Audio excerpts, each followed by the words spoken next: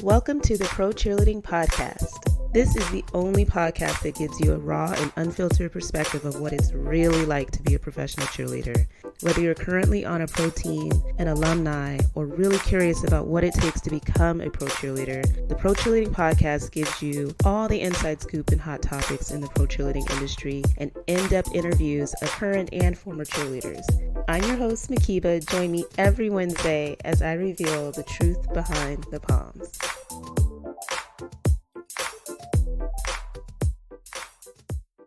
Welcome to part 2 of the Moves episode with Kayla Marie Jackson.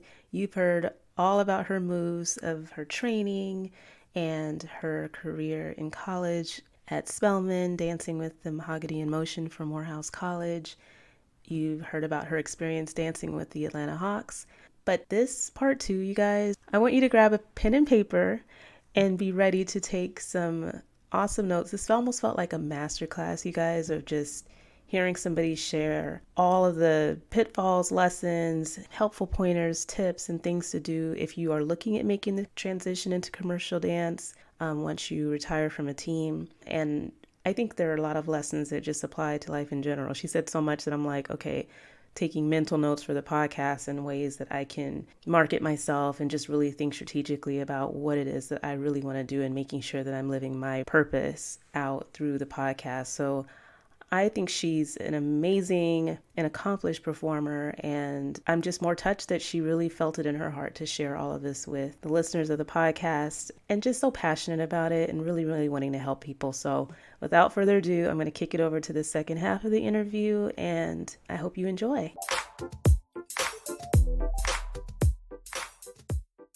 Okay, so we've touched on your education, your training, your experience dancing in college, your time with the Hawks, your career, you're getting your MBA. I mean, you just can't stop. So I love this, but we're going to pivot to talking about your credits. I don't even know the right way to tell people all the stuff because there's just so much stuff, but we're going to break it down by category thanks to your amazing resume. And then I'm just going to be like geeking out because of course there's a couple here I'm like, oh my God, you have to tell me about this. But I think it's just exciting. We're just going to give you a lot of praise for a minute. So I know it's awkward sometimes. And there's stuff on there that I don't have on there too, because the way my agency's resume is, we have to only add the most updated 5. Oh, wow. So yeah, so you're leaving some things off. Mm-hmm. So that's what happens when you're working like this. But you just sit tight. I'm going to help everybody understand Kayla Jackson's illustrious resume here. But for TV and film, you were the principal actress and dancer in BET's show called Boomerang, which I have not seen, but now I want to see. Okay. Yes, season 2, episode 1. Okay. I'm the thumbnail picture. Okay. Yes. I'm like, Hercules. Anyway, okay. Then Sister Circle, you were a guest on that show. On the CW, I guess it's a show called Legacies. Is that right? Yeah, so CW has a show called Legacies, which is a spinoff of Vampire Diaries and Originals, but it's like a teenager show. Okay. So honestly, all my TV shows, I've played a teenager or a college student. Wow. Well, you look. I know. Super young. So was that the Sister Circle? Is kind of a no Sister Circle was just a talk show, and they were highlighting HBCUs, and they wanted girls who danced on teams to come and talk about their experience of going to HBCU and then transitioning to dance pro. So the person who was our tour manager, she hired me for the tour I was on with Teddy Riley. Mm-hmm. She asked me to collect a few of my friends who came from NFL and NBA to come on the show and talk to them about it. Step Up, High Water, you were a dancer there. So tell us a little bit about that. So Step Up season 2 is on YouTube and actually just got picked up by Stars. I wasn't a principal. Well, I was a principal dancer for that episode.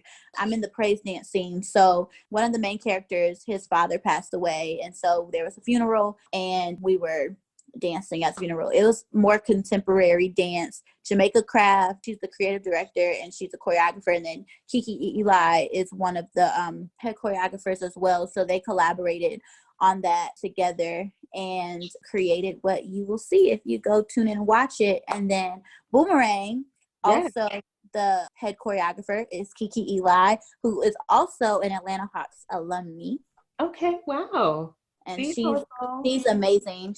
She's danced for literally everyone, and she choreographs, and now she's getting into film and producing, and she's amazing. I love her. wow. But she choreographed for Boomerang. So I originally got casted for Boomerang as a dancer, and then my agent hit me up like, hey, they want you to read to see if you can act, you know? Okay. So reading means you get a sides, and it has partial lines of what you're going to say. And then, you know, of course, you self-tape and you submit it. And I self-taped it, and I found out I booked the job 2 weeks later or so. And I was so excited because it was so much going on in my life at the time. But I was really excited because it's my first acting debut, I guess, with lines and not just dancing. So. Yeah. Congratulations on that. Thank you. That makes me think of like maybe it was a post of yours that did you share that out and talk about? Yeah, because my aunt had passed away, and I had to film the audition the day I found out that she had passed away, which is actually the same day that I was rehearsing for Sister Circle. So I was rehearsing stuff for Sister Circle. So I was there. My friend was at my house. I got a phone call that morning and then had to shoot Sister Circle the next day. I filmed the audition that night. So I had to get myself together, literally. Filmed Sister Circle, had to hop on a plane. I found out I had booked another job, and it was a direct book with Jaquel Knight. This is the Beychella the thing. And I found out I had booked that, and that I had rehearsal on the day of the funeral, and I was panicking. I was like, oh my God, not a job for Jaquel Knight. I have to miss a rehearsal. And literally, I'm so grateful for him because he didn't have to let me miss. You know what I mean? And that's one of them situations where he could have been like, okay, cool, I'm cool on her. Let's hire the next girl. But he had grace for me, and I'm so thankful for him because that was a really amazing experience, and I'm looking forward to the next experience with him. And he is amazing. He didn't have to do that for me, and so he did that. And so literally found out I booked Boomerang the day of my aunt's funeral that morning. Wow, crazy. It was crazy. It was crazy. I was like, what? And so I'm being crazy in the church, screaming up and down the aisles. They're bringing my aunt's body into the church, and my mom was like, what's going on with you? And I'm like, Mommy, I booked the job. And I'm telling my deceased aunt, like, Auntie Bonnie, I know you can't hear me right here, but I know you can hear me up here. Like, I'm being crazy, okay? Like, they're thinking I'm a mad woman. There has to be so many emotions, though. I was shook. But booking that was really crazy because it was at a really interesting time. I had a lot going on. Yeah. Oh my gosh, I have to ask. So you've done tour live performances. Obviously, Beychella is like. Yeah, I wasn't in the real Beychella, but I definitely got my life doing the YouTube Beychella with Jaquel. It was a great experience because I was able to dance with, some Beyonce OGs, Kimmy G and Tasha B, and as well Jaquel, and just working with him and Christopher Owens. Yeah, working with them was really great. I learned a lot in a very short amount of time frame. So that's why I'm saying, like, I'm looking forward to the next opportunity. I'm just putting that out there, But yeah, working that job was very fun because it wasn't that it was laid back, but I had to pull up. Like, I learned all of the breakdowns. So get into this money, the diva, I learned mi gente, because they're all jumbled together. Well, everybody's mad, which is get into this money. But like, I learned literally all the breakdowns in one rehearsal, which, I mean, that happens, you know what I mean? But all the breakdowns are full out. I bet. And how long are we talking about? They are full out. Rehearsals? And it was myself and another girl, and we didn't know majority of them. Now, of course, like I always tell people, one, you should always study. You know, like Beyonce is an artist that I really do want to work for, so I study her like a crackhead. Yeah. Just the same way people study these teams like a crackhead, and Right. you know, it's the same Right. thing. So some of the choreo I kind of already knew. I love And it. then I also, Kimmy would teach master classes here in Atlanta, so I was always in her master's classes. And then last year, Chris Grant and Ashley Everett, they came to Atlanta and taught a master class, which I attended. So there was some of the choreo that I've already like learned, but just like any job, they can change it. They can make it go left when it went right. It could go right and then go left, you know. So there's different things that I had to pick up within like a day rehearsal. And because I was already missing the other rehearsal with my aunt, I had crazy anxiety the day of the show because I didn't want to mess up, because it was my first time working with Jaquel, and I was like, ooh, I do not want to mess this up, you know? So I enjoyed it. I can't wait. Congratulations. I mean, these are all just super, super exciting. Okay, I'm going to cherry pick a little bit because there's things that I'm like, you did the Super Bowl Music Fest with Sierra. And I actually did that with my teammate. And it was cool because, you know, I had already been working with Jamaica and Brandon Jones, who worked with Sierra at the time. So it was really cool to be able to work with them and be, you know, alongside my teammates in the same room, because my teammates were able to see what I was going through in rehearsals with them and understand now where my brain was and why I was directing them the way that I was. And then it was also cool for people and choreographers that I've worked with before to see what I was dealing with in another, like, really be there. Cool for me. You know, I can't speak for my other teammates of what that meant for them, but for me, it was more so of a perfect collide of my two worlds. Yeah. And honestly, it was also a turning point for me where I was like, okay, I'm done. This is what I really want to do. Okay. Sometimes it just gives you that perspective where it all kind of like clicks of like, this is what I meant to do. It's time to. Yeah, it was definitely a turning point for me where I was like, okay, I'm done. Like this is my last year, you know? Yeah. I knew then. Yeah, got you. I have to ask about the Hit the Floor promo. I love that show. What did you end up doing for that? So Hit the Floor was returning for another season. And one thing a lot of people don't know is they do cast a lot of dancing jobs like that for, like, we call them commercial dance jobs in LA. So I had already missed those auditions to actually be on the actual show. So they casted us to be not lookalikes, but basically they were doing a tour around the whole country. BET Hit the Floor was, yeah. And so basically doing all these performances and hiring girls to be devil girls and represent as devil girls. Why am I mad that I didn't know nothing about this? And they obviously did not bring their behinds to Seattle, but that is so you know, cool. So, well, my agent, so that's the beauty of having an agent. So my agent had already submitted me for the job. And so after that, I had to submit my dance reel. So I submitted content of me doing jobs and then content of me doing Hawk stuff. So I submitted my Hawks reel. And that was crazy because I was on the set of a music video when I found out I had to submit all that. So I'm like telling that director, like, hey, can I go to the corner while we break so I can submit this? You know, like, so yeah, I got submitted, and then we had an in-person audition for everyone who made the cut for that. And that was for real a typecast. You know, they had specific uniforms. They wanted you to be, you know, specific heights for those uniforms for their vision. And they flat out said that, like, if you don't book, it's not because you can't dance. All of you are phenomenal. However, we are looking for a specific height, a specific girl for these jobs. They only were looking for 2 girls because everyone else had been direct booked. And direct books means the choreographer called you specifically for the job. And that happens too in the industry where you are called specifically and you don't have to audition. That's dope. That's my goal. That's when you know. I was about to say, that's when you know you probably are like, I have a yeah. Because like I've been direct booked for jobs before. It's just like, that's just a goal of all dancers, is to consistently book. But you want to consistently book because of your relationships and because of your hard work, you know, and that's what's going to get you direct booked is right. Being consistent. Yes, that theme just popping up again. Yeah, consistency.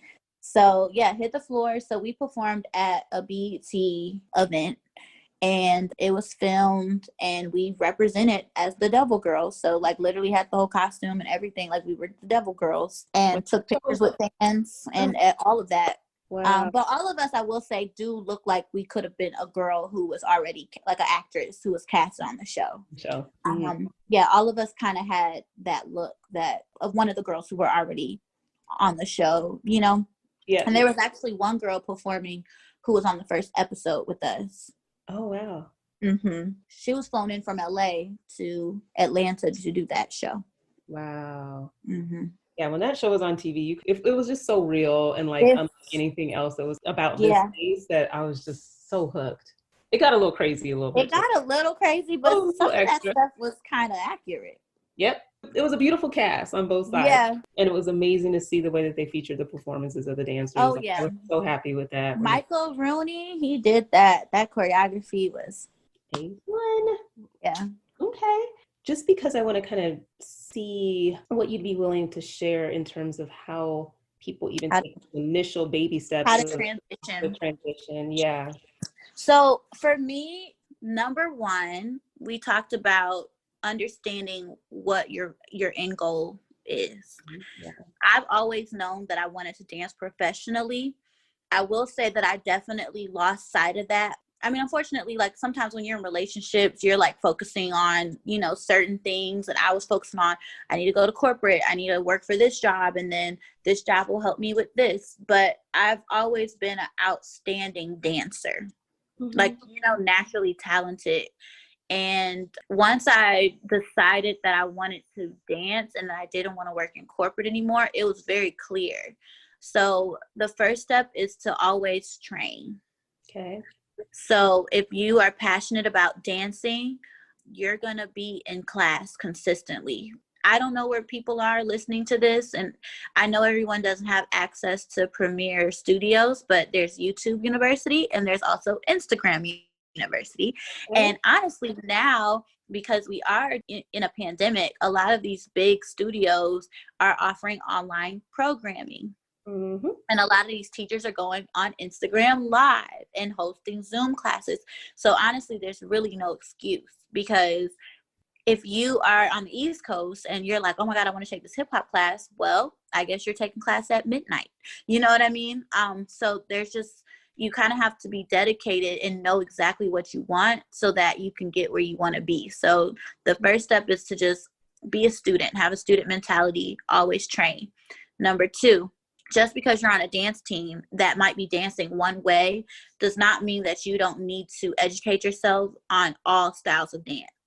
If you look at my resume, it seems like it's all over the place, but I don't book the same type of jobs. And it's because I'm versatile. You know, I was able to work with the Michael Rooney, who has a more jazz, you know, street jazz background, and work for Kiki Eli, who literally is versatile, and then work with a Othan, who's versatile but has a different pocket, work with a Jamaica who has a different pocket, work with a Brandon Jones who has a different pocket. Like, you need to be able to attach yourselves to so many different styles so that you can book jobs, because working in the industry is such a dog eat dog world where you will starve if you cannot work. Yeah. You know, there's work today and then work tomorrow, and then there's not work for another 6 months. Yeah. And if you are not versatile and you don't know, and you don't educate yourselves on everything, then unfortunately you're going to be a one-trick pony and you're not going to be able to see the fruits of your labor. Especially when it comes to transitioning. A lot of times the style with pro dance does not translate well to girls trying to go commercial, because they're so stuck in the style of dancing like they are on the court, and they don't move free enough. I don't really know how to explain it. It's very cookie cutter.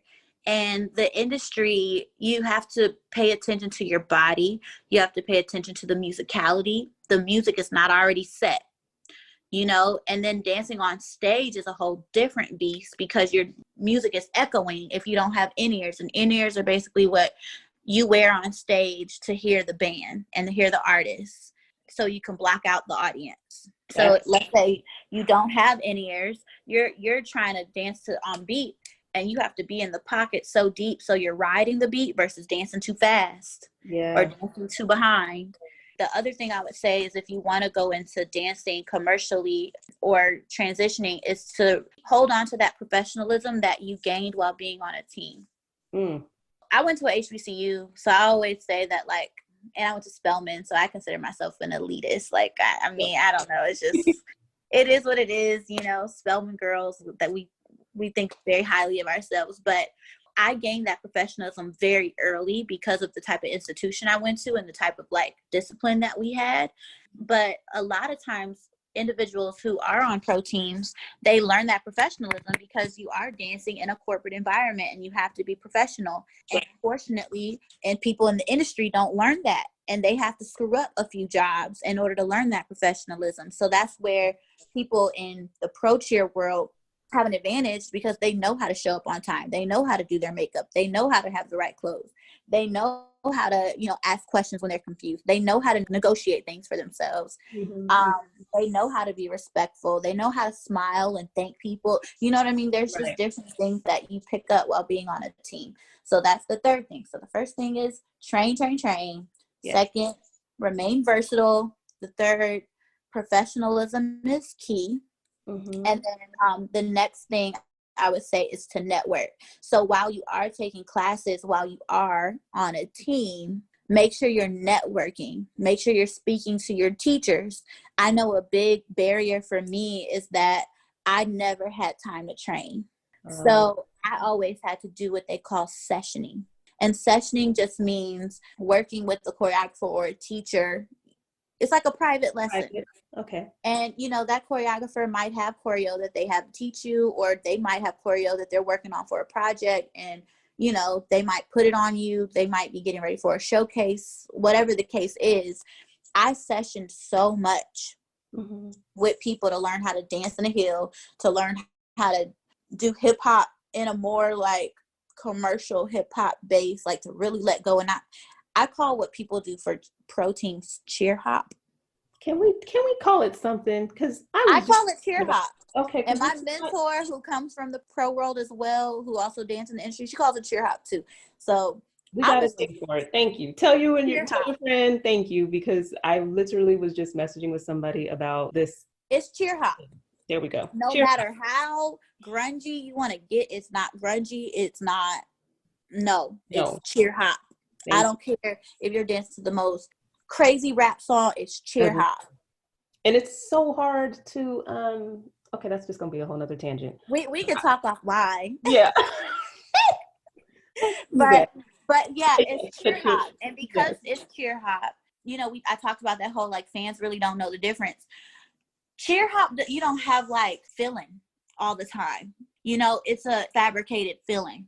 They tell you how to feel, when to feel, where to feel, why to feel. There's no connection to the song. So what I had to start training myself to do is like, I had to listen to hip hop music and listen to music that was more like mainstream all the time, just so I can hear the lyrics.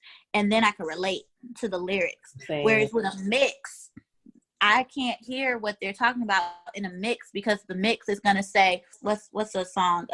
Let's say, no flex zone. They know about it. Ding, ding, ding, ding, ding, ding, ding, ding, ding, ding, ding, ding, ding. No flex zone. Ding, ding, ding, ding, ding, ding, ding. You know what I mean? So all I know is no flex zone. And I'm just hearing the beat and I'm going to the beat. Right. But I don't really understand why I'm talking about no flex zone. And they're talking about like, don't flex on me. And I'm thinking about ding, ding, ding, ding, ding, ding, ding, you know? So, oh, that's the perfect way of putting it. Yeah. So sessioning was important for me because I wasn't able to go to class. Like, if you're an NBA dancer, you legit have zero time. No time. That's another thing. So if you do want to go in the industry, I always tell girls, like, if you're really serious about doing industry, shorten your time on a team. So this is something that I wish I would have done. Granted, I made it work, you know, and like I said, thank God for my director allowing me to do both while I was there and figure it out. And I also had other teammates before me who was figuring it out and doing it. So I saw how they did it. But not everybody has a director that's like, yeah, sure, go ahead and miss 3 months for a tour. You know what I mean? Like, everybody doesn't have that. Or, oh, sure, leave early to go to class. You know, you got to figure it out. Yeah. So I always say also shorten your time on a team and or do an NFL team so that your movement quality is not compromised. Ooh. Expand on that. What you mean by that? Your movement quality can be compromised. So because you're trying to fit into that box of what that team wants, you don't understand how to be a chameleon. Okay. And so for someone who comes on a team really saucy, after 3 years of being told they're too saucy, forgets how to be saucy when it's time to be saucy again. Yeah. Especially if they're not training on this, like cross training. Yeah. So cross training is so important, and not just in heels. You got to cross train in hip hop. Like there's a lot of girls that, you know, NBA dancers or NFL dancers, I see them trying to teach all these heels classes. And I'm like, baby girl, you're not training in it. You're just taking class. Like, have you gone and trained under people who are the top dogs, like Aisha Francis or the Danielle Polancos or the Giannis Marshalls or the Kira Harpers, or, you know what I mean? Like, have you trained under these Cisco? Have you trained under these people who are literally working jobs in a heel? Yes. Who are still teaching? Because there's other choreographers who are trained in a heel or trained in whatever you're trying to do, but they're not teaching class anymore. Right. You know, so it's like everyone is rushing to teach heels classes because it's comparable to what we do on the court or what we do on the field. But it's like you're not training under the correct people that's actually teaching you how to do that. And all while training in a heel, you're still neglecting your hip hop. You're still neglecting your jazz. And, you know, there's a thing called street jazz. We don't do street jazz on the court. Rhapsody James is somebody to, you know, study who does street, you know, she does street. She's like mother of street jazz. Okay. Like she loves a good street jazz class. Okay. And she loves street jazz choreo. So she's someone that it's like study that, because the jazz we do on the court is competition style jazz, Poms. You know, if you are trying to work in the commercial industry, study, you know, hip hoppers. Learn how to pop and lock, learn how to wave, learn how to vogue, learn how to do different styles of hip hop. Hip hop just doesn't mean like twerking and, you know, popping. And people think hip hop is literally cheer pop, and that's a whole there's so many different types of hip hop. In hip hop, yes, I wish people knew that. There's house. Learn how to do house. Like literally dive into everything, because when you go on a job, you might be going on a job for usher, but the first part of the audition might be a ballet audition because Amy Allen works for Usher and Amy Allen is big on ballet. So she might decide, the first part of this audition is bar. You might not get to the hip hop part until the very end, or you may not get to the hill section until the next day. But the first audition that's going to make everyone get cut is ballet. Bar. Wow. So yeah, on top of being versatile, on top of cross training, on top of professionalism, I would lastly say the thing that helped me transition is, and networking. I think one thing that people in this industry lack is not having a proper headshot and resume. I'm like, please do say more. How important is that for real? Because I think a headshot is not your bio headshot that is on the website for the team. You have entirely too much makeup on. Your pose is too like it doesn't stand out. It's too right, placed. It's not editorial. And depending on if you're trying to work for an artist, they want editorial pictures. You know what I mean? And if you're trying to do TV and film, they want everyday, zero makeup. You know, like when I do a lot of my acting work, the auditions that I send in, I literally have on powder, concealer, and a little bit of blush and a little bit of mascara, you know, because they want to see the real you. So headshots are very important to have. And that's something that I think people can work on during this pandemic. And if people want to contact me, they can totally contact me. I have the capacity to help people, and, you know, wherever they are, I'm pretty sure I can find a photographer or connect them to somebody to, you know, do that. And then even resumes, just because you're not with an agency, or you might be with an agency, doesn't mean you can't look up what a proper dance resume looks like.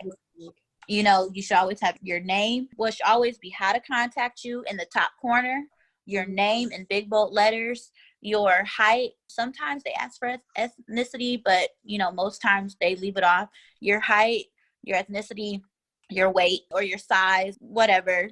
And then under that, you can label it literally TV and film. And for all my girls who've never done a TV and film job, when you do those interviews on these Fox TV shows and all these TV shows for the team, put that under there for TV and film for now. Find out who the director is or the producer is and put their name, you know, where it's supposed to go. When it says like in the middle section, so it should always be, you know, it should read like left to right, what the job is. The middle should be what your role was. So, you know, dancer, actress, model, extra, whatever the case is. And then the last, you know, column should always be who was the producer or director or choreographer. Under live shows and performances, put your team, put that you are a dancer or the captain or whatever your role is, and put your director's name. Got it. If you've performed with any artists. I remember I did that before I actually started performing with artists. We performed with 21 Savage, Ludacris, CeeLo, you know, all these people on the day of the game. I would put the artist's name. Yeah. And I would say Hawks halftime performance. I would put dancer, and then I would put my director's name. And as crazy as it looks, it just shows that you have experience. If you've done a music video, it doesn't have to be a big name music video. It literally can be your friend's concept video, or if you have concept videos that you've done, just anything. And then also for people who are just starting, it's very important to list your training at the bottom. So if you don't have a tab where, like, you know, on my resume, I have TV and film, live stage performances, commercial and music video. If you don't have all of that, you can literally supplement those tabs and put training and list everywhere that you've trained and your teachers, because the dance industry is so tiny that when you list that, if I was a choreographer, well, I mean, I do choreograph, but if I were to see your resume and I'm like, oh, wow, so-and-so, I danced with so-and-so, I can easily be like, okay, she's good. Yeah, yeah. You know? For you on that, like when you're training in terms of like an academy or like where you went to school versus I took a dance class with so-and-so or dance class, like that wouldn't really count as training, put right? that down. Oh, you do if you go to conventions. Like a master class or conventions? Yep, like conventions for sure. If you're constantly training at a specific studio, you can always list the studio and then list all the type of classes that you take. Got it. Okay, no, that's helpful for people. I was just curious how to characterize it, because I wouldn't think like, I mean, obviously I'm not in it in any form or fashion, but you know, if you were just taking a class here or there. Like if you went to Monsters dance convention or Red X, or, you know, in all these little dance conventions, if you've got an award, list it, especially if you don't have work that you've done. At least people know that you're training and that you're working towards your craft and that you know, care enough to list it out, because like I said, all of those people are connected and they know each other. Yes. So it's just very important to list that out. So headshots, I always say, go to, you know, agency websites and scroll and look for someone who looks like you. And then model your first headshots after their headshots. That's a great pointer in terms of look, the amount of makeup, what they're wearing. And always have a variety. So dance headshots, people think it's just like a leotard and a, you know, a cute pose. No, be creative. You know what I mean? Dance headshots are different from acting headshots. Acting headshots should definitely not be distracting, but dance headshots can be really funky and swaggy. And honestly, have multiple headshots. Have one that's sexy, have one that's swaggy, have one that's athletic, you know, have one that shows different hairstyles if you can. Like, I'm one of those dancers in the industry where I look good with different hairstyles. And I've been told that multiple times, like, oh, you could pull off braids, you could pull off high ponytail, you could pull off big blonde, you can pull off, you know, straight. Like, there's just different looks that I can have. Yes. And because of that, my mentor recently told me I needed to get a headshot in every single one of my looks. So that's been my homework this whole pandemic. I've been shooting like a crazy person every other week with a new hairstyle, because when I go to auditions, my headshot is going to show all those looks. Got you. So that they can't be like, oh, we want you to have, what, girl, I got a ponytail. You know what I mean? I was about to say, who do I need to be Who do today? I need to be?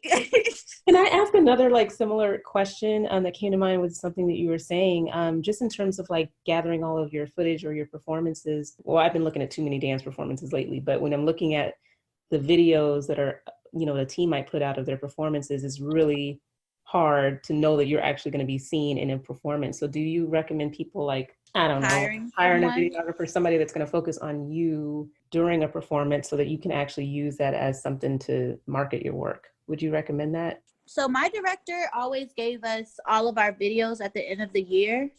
And so what I did every year, I kind of like chopped up the videos and found the parts where my face was. Got it.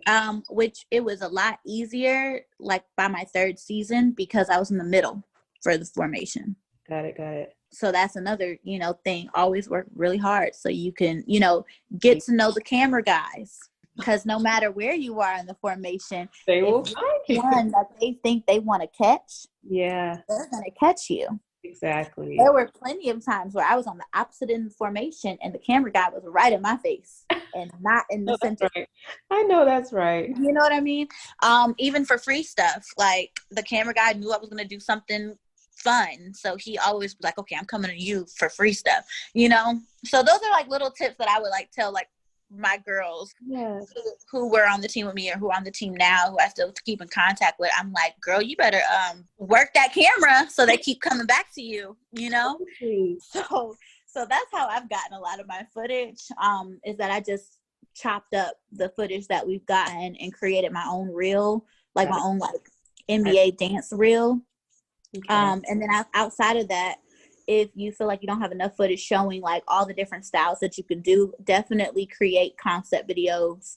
So yeah, hire someone or have a friend. Like iPhones are so advanced now where you can use a good iPhone 11, film it with some good lighting, overlay the music, showing your different tricks, showing if you can do contemporary, I don't know, literally tap, if you could do all of those things and then combine it into a dance reel. A dance reel should not be longer than 2 minutes.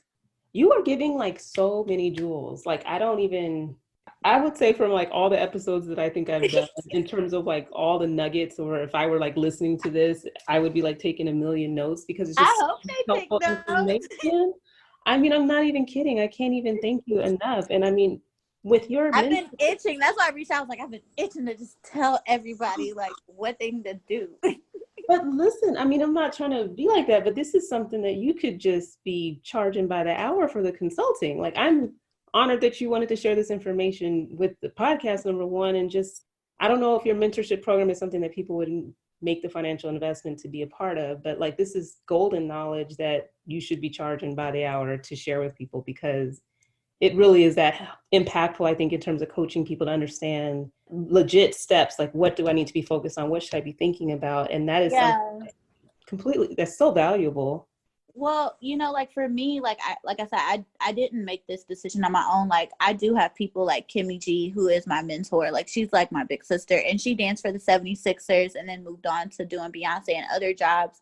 And she's also signed with Excel Talent Agency as well. So it was really helpful having her in my corner, helping me navigate how to properly exit and create a true exit strategy for myself that was beneficial for me as an artist, but also beneficial to making sure that I left the organization on a good high note. Yeah. In doing that, I hit a lot of hard brick walls because I dealt with a lot trying to transition.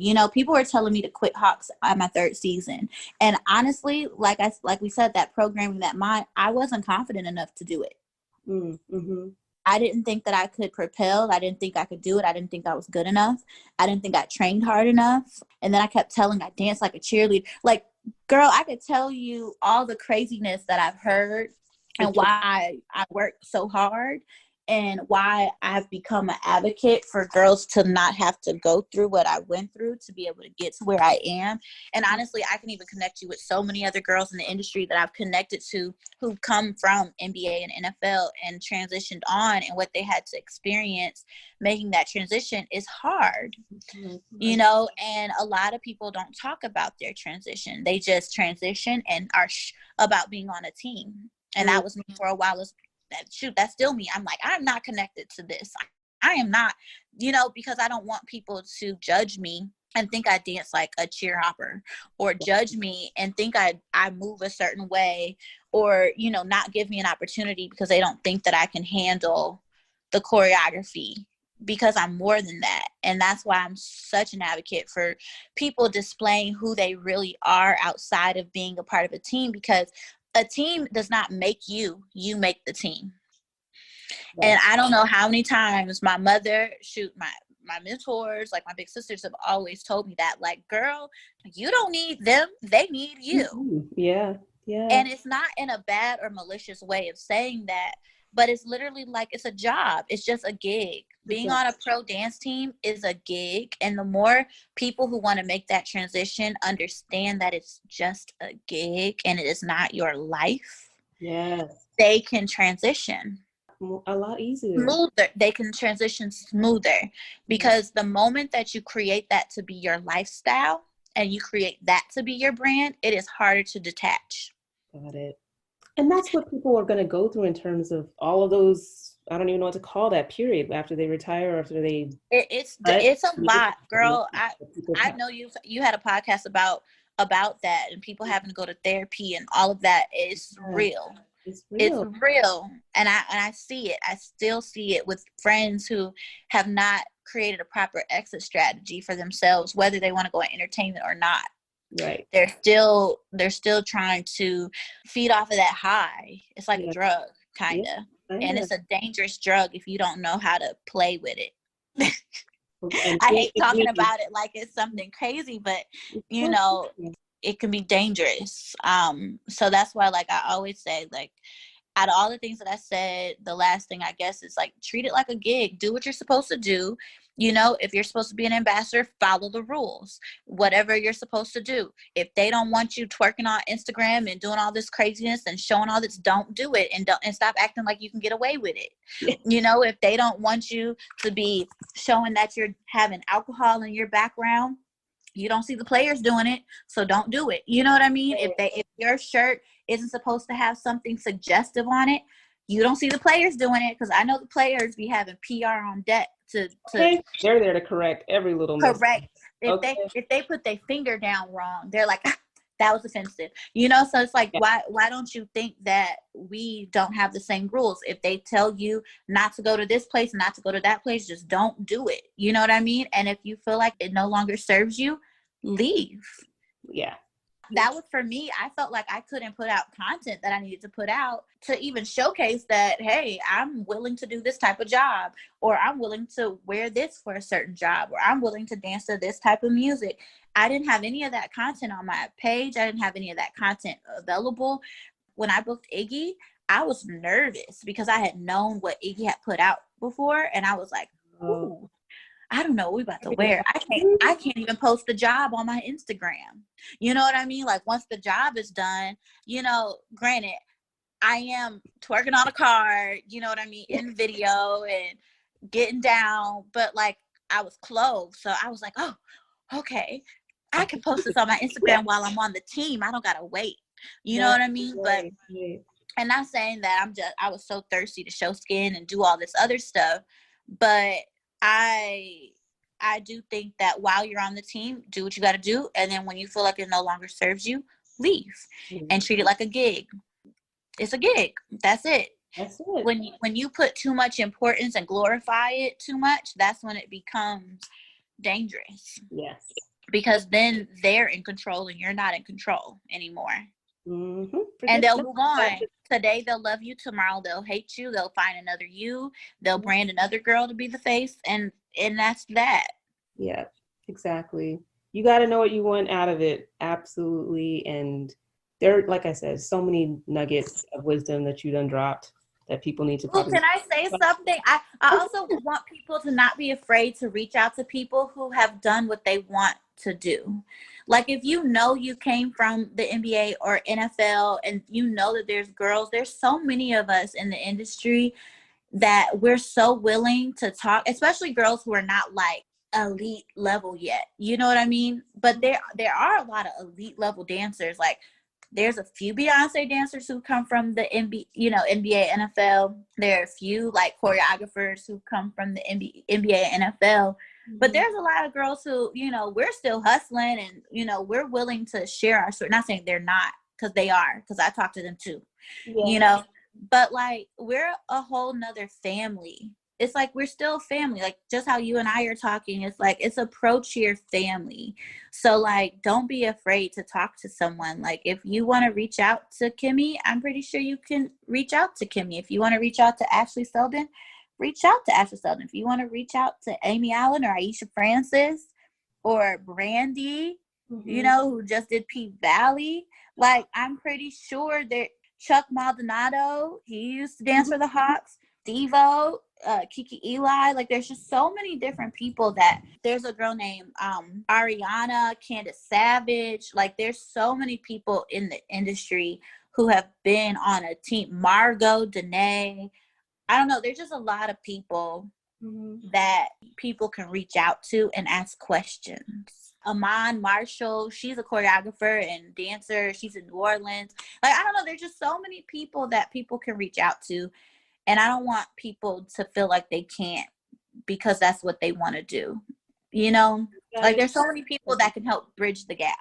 And that's what I found out after doing research. I was like, oh my God, all these people, like my mind was blown. Yeah, because all these people actually have something. Like I'm not alone. Okay, let me ask you this. This is a piece of advice that I'm probably just going to take for myself too. Even with having the podcast of like, I shouldn't reach out because they're probably way too busy and this and that. And like kind of you talk yourself out of things. But, there's obviously a professional way to introduce yourself over social media, but it seems like that's like the easiest way to reach people. But at the same time, I was going to ask, like, do you think that in terms of their receptiveness to being contacted, that it's one preference of like how you go about it? Because I know that there's like bookings, email addresses in their bios, or, you send an Instagram message and you're left in that weird inbox for people that, you know what I mean? Most people, if they have an email them, but be persistent. Like if you're really like seeking knowledge, people really are okay with you, like they love people who are seeking knowledge. Like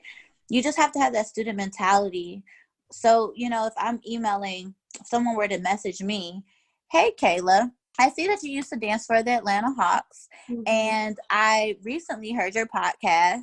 I just wanted to reach out to you because I currently dance for X, Y, and Z team, and I have been thinking about making a transition into dancing commercially, and I just wanted to know if I could pick your brain. Yeah, just try. Yeah, just be genuine. I've been really nervous to even do it because of X, Y, and Z. And I saw you do it and your story was inspiring. You named all these amazing people. You know what I mean? Hey, Candace, I heard your name from X, Y, and Z. And I saw who you worked for. And I just think it's so amazing. And I'm really inspired by your journey. And I also noticed that you danced for the Chicago Bulls. Girl. And if people don't reply, they don't reply. Right. And then go back around. Hey girl, just following up. I just wanted to reach out again. The season's going well. I just, wanted to know if I can get on your books. I know you must be really busy right now. And then let's say someone like an Amy Allen has a mentorship program. If she really is not responding to your DMs, which she usually responds to DMs, and same with Aisha Francis, they have mentorship programs. Spend that money for the relationship to be able to talk to them and work with them and really tell them what your goals are so that they can help guide you. And then they'll be like, girl, I did the Lakers girls and that was so far back and I did this and that and now I do this. Like they'll tell you. So you just have to ask you and not be afraid of taking your own career in your own hands. Period. Because I'm talking to myself too, because there's and I'm stuff I like still listening to gotta do. myself. I'm like, ooh, Kayla, you still got to reach out to some people, but you know, it's just like you can't be afraid, because if you are, the next girl's not, or the next guy's not. Yep. And that might cost you a job. Exactly. And you're risking nothing by just trying. And Risking I think nothing, literally. and you literally gave like a verbatim template, email, message, whatever. And it doesn't even mean that you are pursuing a commercial career specifically. No, that could be anything. Anything. Hey, girl, I want to be a nurse. I saw that you were a Hawks dancer back in the day. I'm a Hawks dancer now. What school did you go to? Did you go to school while you were on the team? You know what I mean? Like, it's just little stuff that you can just network and literally reach out to people, and people are just not me. Yeah. And if they're a working choreographer and dancer, just go to their class. But it makes the investment, like you said, you know, spend the money to invest in it. And I just think, you know, not to kind of try to like sell your consulting services, but I just think, you know, when people are serious about it, you do kind of have to make those judgments of like, who can I learn the most from, and valuing their time and their expertise, and just that energy that they're basically giving you, and being willing to invest in it. And I think it's just something, if that's the way to kind of get your foot in the door to being able to have that time with them, being willing to do it, you know, because it is a valuable service, for lack of a better word. And I just love that you have it in your heart to share it, because it's going to help so many people, number one. Don't want anyone struggling. Yeah. You know, like, I dealt with so much trying to figure it out. And I just don't want anyone, I want people to have a blueprint. I think that the gap between the pro world and the industry is so far apart, and it doesn't need to be. It doesn't need to be that way. Okay. It just needs to be looked at like another gig. Like, commercial dance industry girls and guys should want to be on teams, because it's another gig. It's another way to make money. It's another way to perform and enjoy dancing.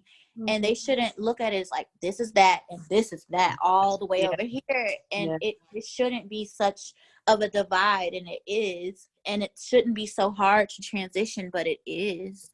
And so for me, my goal is just to give the blueprint on how to possibly transition the easiest. It's still going to be hard. It's still a lot of hard work, but just understanding to know what you need to do. Like, there's so many girls that I could tell you now who are on pro dance teams who don't have a proper headshot.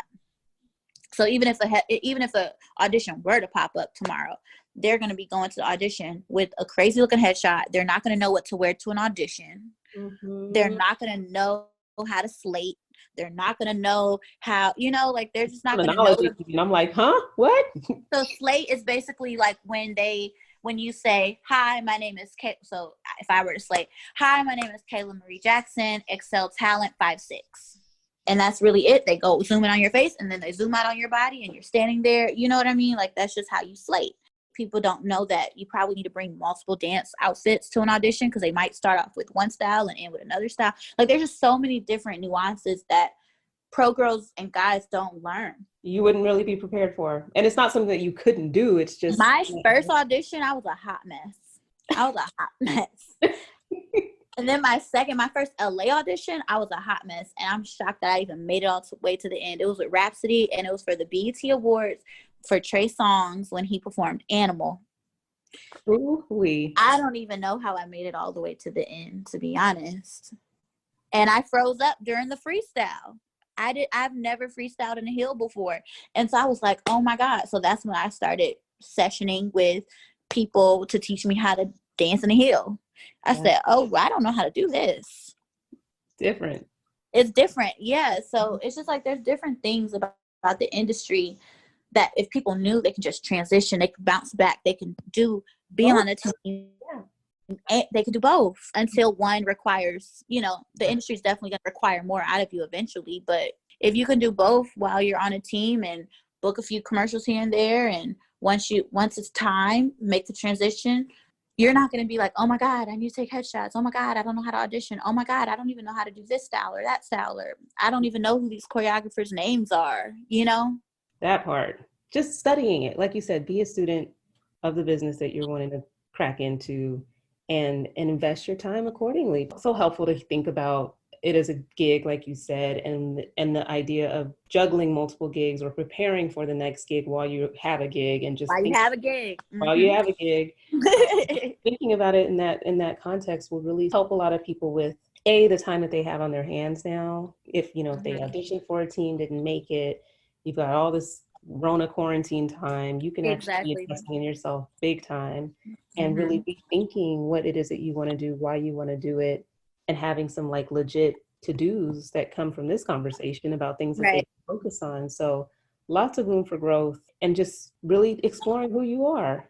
Right. Hell, this is so good. Like I knew from the minute that you reached out and you mentioned the topics, I was like, OMG, like that would just be so amazing. And I think I had just done an interview with Charles Smith, I think around that time, but I was just like, it would be great from like a dancer's perspective of being on a team and making that transition and understanding. Yeah, I love Chuck.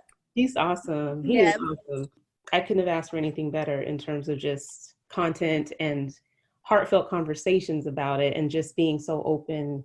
I thank you so freaking much. Yes, thank you for having me. I hope people actually listen to the whole. No, they will. And there's like, editing things. Like when I have a really juicy, good interview, if I feel like I need to break that into two, part one, part two, because it's just, I want it to be consumable, but absolutely keep every little nugget, then that's what I do because it's just important. Before I let you go, do you want to play my Drop It Like It's Hot game?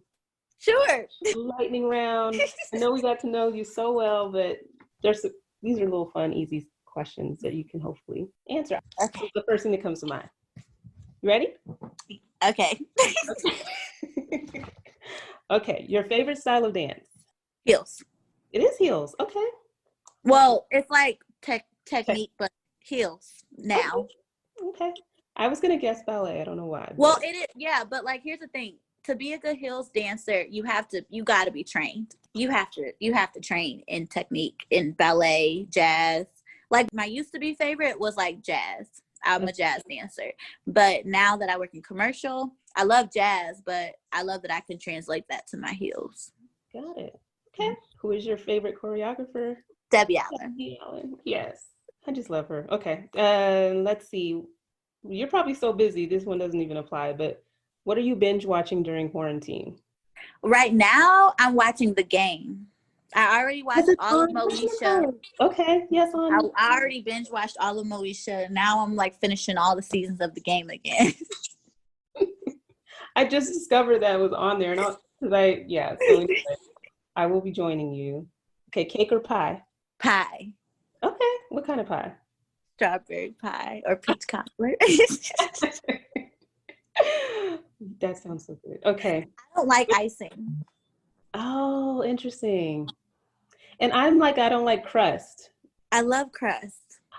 I'll eat pie, but everything but the crust at the top. I'm weird. Oh no, I used to only eat the crust, but now that it was a texture thing. I only ate the crust, but now I'll eat everything else too now. Okay. What's your favorite pizza topping? Ooh, I don't have one anymore. I guess it would be pineapples or banana peppers. Let's say olives. I don't eat meat like that anymore. So it used to be pepperoni or like meat lovers, but I gave up pork and I don't eat chicken. I'm mainly pescatarian. So where's your favorite place to travel? South America or the Caribbean. Yeah, I love Costa Rica. It's so peaceful. I wanted to go until I saw the lizards. Oh, girl, it's snakes everywhere. And snakes too? They have like the world's largest snake or something crazy like that. Okay. Some of the most dangerous frogs. But I mean, it's really relaxing. The air is fresh. The water's fresh. Like everything's just really good as far as like for your health. Okay. So this one is, if you could travel back in time, what period would you go to? So that could be like either a decade or maybe just an age of where you were at in your life.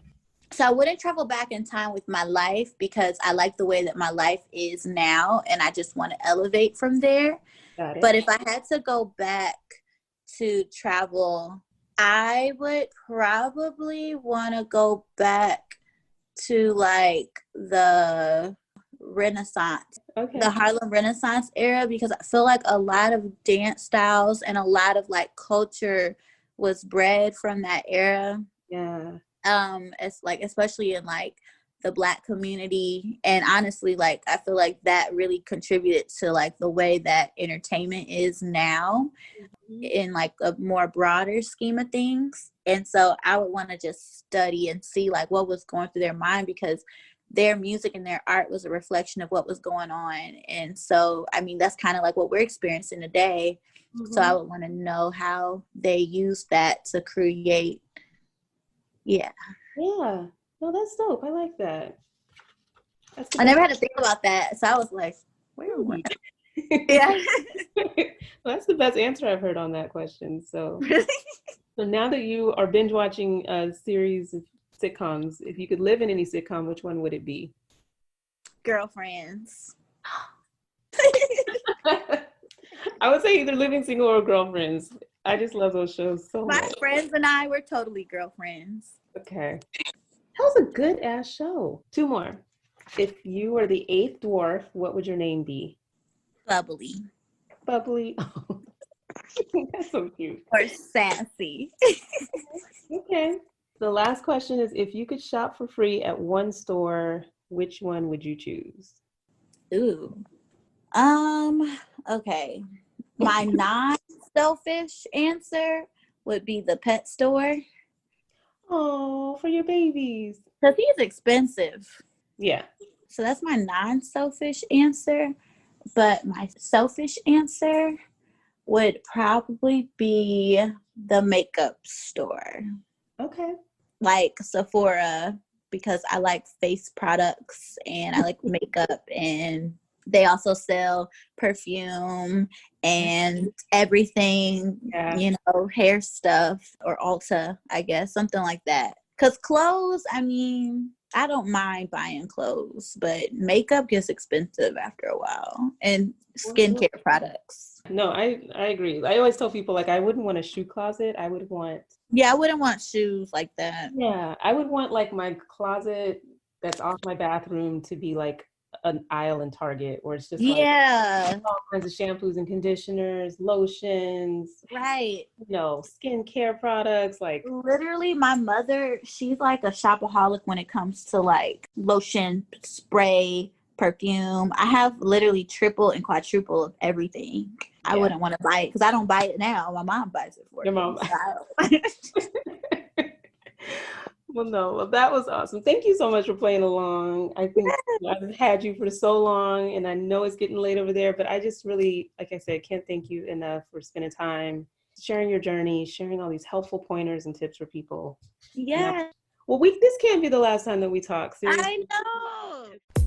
Thanks so much for listening to the Pro Cheerleading Podcast. You can follow your favorite podcast on social media at Pro Cheerleading Podcast on Instagram, at Pro Cheer Podcast on Twitter. We're on Facebook, on YouTube, and you can support your favorite podcast on Patreon. Until next time, keep your eyes on the sideline.